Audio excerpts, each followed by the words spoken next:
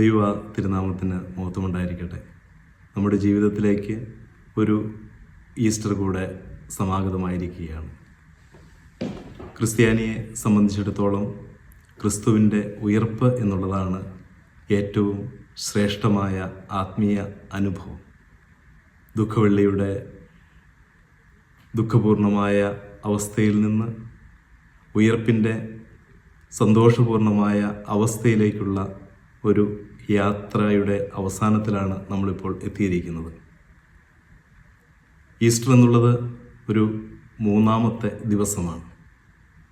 ദുഃഖവെള്ളിയുടെ ഒരു ദുഃഖത്തിൻ്റെ കാലഘട്ടത്തിൽ നിന്ന് ദുഃഖശിനിയുടെ നിശബ്ദതയുടെ കാലഘട്ടത്തിലൂടെ ഈസ്റ്ററിൻ്റെ ദൈവ ഇടപെടലിൻ്റെ ദൈവത്തിൻ്റെ വിജയത്തിൻ്റെ ഒരു വഴിയിലേക്കുള്ള ആ വഴിയിലൂടെയാണ് ഈ ഈസ്റ്റർ നമ്മിലേക്ക് എത്തിച്ചേരുക. മൂന്നാം ദിവസം എന്നുള്ളതിന് വിശുദ്ധ വേദപുസ്തകത്തിൽ വളരെയേറെ അർത്ഥങ്ങൾ കൊടുക്കുന്നുണ്ട്. ക്രിസ്തുവിൻ്റെ മൂന്നാം ദിവസത്തെ ഉയർപ്പുമായി ബന്ധപ്പെട്ട് നമുക്ക് പഴയ നിയമ പശ്ചാത്തലത്തിൽ ഒരു പ്രത്യേക സംഭവം കാണുവാൻ സാധിക്കുന്നുണ്ട്. അത് പുറപ്പാട് പുസ്തകം 19-ാം അധ്യായത്തിൻ്റെ 11-ാം വചനമാണ്. അത് ഇപ്രകാരം പറയുന്നു: അവർ വസ്ത്രം അലക്കി മൂന്നാം ദിവസത്തേക്ക് ഒരുങ്ങിയിരിക്കട്ടെ. മൂന്നാം ദിവസം യഹോവ സകല ജനങ്ങളും കാണുക സീനായി പർവ്വതത്തിൽ ഇറങ്ങും. യഹോവയായ ദൈവം മോശയോട് കൽപ്പിക്കുന്നതാണ്. ഇവിടെയും 3 ദിവസങ്ങളുടെ ഒരു അനുഭവം നമുക്ക് കാണുവാൻ സാധിക്കുന്നുണ്ട്. ആദ്യ ദിവസം എന്നുള്ളത് അത് തയ്യാറെടുപ്പിൻ്റെ ദിവസമാണ്. രണ്ടാമത്തെ ദിവസം അത് ശുദ്ധീകരണത്തിൻ്റെ ദിവസം. മൂന്നാമത്തെ ദിവസം ദൈവ മഹത്വം വെളിപ്പെടുന്ന ദിവസം.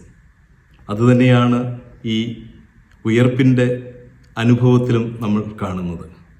തയ്യാറെടുപ്പിലൂടെ ആരംഭിച്ച് ശുദ്ധീകരണത്തിലൂടെ യാത്ര പുറപ്പെട്ട് ഒരു മഹത്വം, ദൈവമഹത്വം വെളിപ്പെടുത്തുന്നതിലേക്കുള്ള ഒരു യാത്ര. എമ്മൗസ് വഴി പോകുന്ന ശിഷ്യന്മാരുടെ ജീവിതത്തിലേക്കും ഈ മൂന്നാം ദിവസം ഒരു തിരിച്ചറിവ് നൽകുന്ന, ഒരു ആത്മീയ തിരിച്ചറിവ് നൽകുന്നതും നമുക്ക് കാണുവാൻ സാധിക്കും. വിശുദ്ധ ലൂക്കോസിന്റെ സുവിശേഷം 24-ാം അധ്യായത്തിൻ്റെ 21 മുതൽ 21-30 വചനങ്ങൾ നമ്മളൊന്ന് ധ്യാനിക്കുമ്പോൾ അവിടെ പുനരുത്ഥാനത്തിൻ്റെ ശേഷം മൂന്നാം ദിവസം എമ്മൗസിലേക്ക് യാത്ര പുറപ്പെടുന്ന ശിഷ്യന്മാർക്ക് യേശു വെളിപ്പെടുന്നതായി കാണുന്നുണ്ട്. അവരാദ്യം ക്രിസ്തുവിനെ തിരിച്ചറിയുന്നില്ല. വർഷങ്ങളോളം ഒരുമിച്ച് നടന്ന ശിഷ്യന്മാർ ക്രിസ്തുവിനെ തിരിച്ചറിയാതെ പോകുന്നതായി നമ്മളവിടെ കാണുന്നുണ്ട്. എന്നാൽ ക്രിസ്തു അപ്പം മുറിക്കുമ്പോൾ അവർ ഈ തങ്ങളുടെ നാഥനെ തിരിച്ചറിയുക. അത് ഒരു മൂന്നാം ദിവസമാണെന്ന് വിശുദ്ധ വേദപുസ്തകം സാക്ഷിക്കുന്നു. ഒരു മൂന്നാം ദിവസം എന്നുള്ളത് ഒരിക്കൽ കൂടെ ഒരു ആത്മീയ തിരിച്ചറിവിൻ്റെ ദിവസം കൂടെയാണ്. അങ്ങനെ നമ്മുടെ ജീവിതത്തിൽ വേദനകളിൽ നിന്ന് നിശബ്ദതകളിലൂടെ ദൈവത്തിൻ്റെ ഇടപെടലിന് വേണ്ടി കാത്തിരിക്കുന്ന, ദൈവം വെളിപ്പെടുന്നതിന് വേണ്ടി കാത്തിരിക്കുന്ന ഒരു ദിവസമാണ് ഈസ്റ്റർ ദിവസം എന്നുള്ളത്.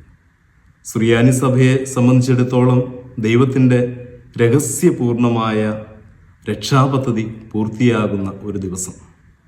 നമ്മുടെ ലിറ്റർജിയിൽ ആ ഒരു സീക്വൻസ് നമുക്ക് കാണാൻ സാധിക്കും. 1 ക്രൂശ്, 2 ഖബർ, 3 കെംത അഥവാ പുനരുത്ഥാനം. ഈ 3 ഘട്ടങ്ങളിൽ മൂന്നാമത്തേതാണ് യഥാർത്ഥ വിജയം എന്നുള്ളത്. നമ്മുടെ ജീവിതവുമായി ഒന്ന് ബന്ധപ്പെടുത്തി നമ്മൾ ധ്യാനിക്കുമ്പോൾ ചിലപ്പോൾ ആദ്യ ദിവസം നമുക്ക് ഒരു ദുഃഖത്തിൻ്റെ ദിവസമായി നമ്മുടെ ജീവിതത്തിൽ അങ്ങനെ നമുക്ക് ഒരുപക്ഷെ കാണുവാൻ സാധിക്കും. രണ്ടാം ദിവസം എന്നുള്ളത് നിശബ്ദതയുടെയും കാത്തിരിപ്പിൻ്റെയും ദിവസം.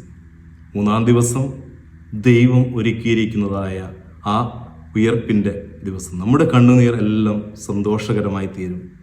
തോൽവിയെല്ലാം വിജയമായി തീരും.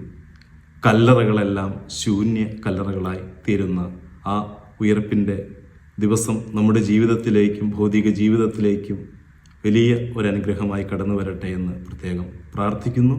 ഉയർപ്പിൻ്റെ എല്ലാവിധ ആശംസകളും നേരുകയും ചെയ്യുന്നു. ദൈവം അനുഗ്രഹിക്കട്ടെ. I believe in God our Father.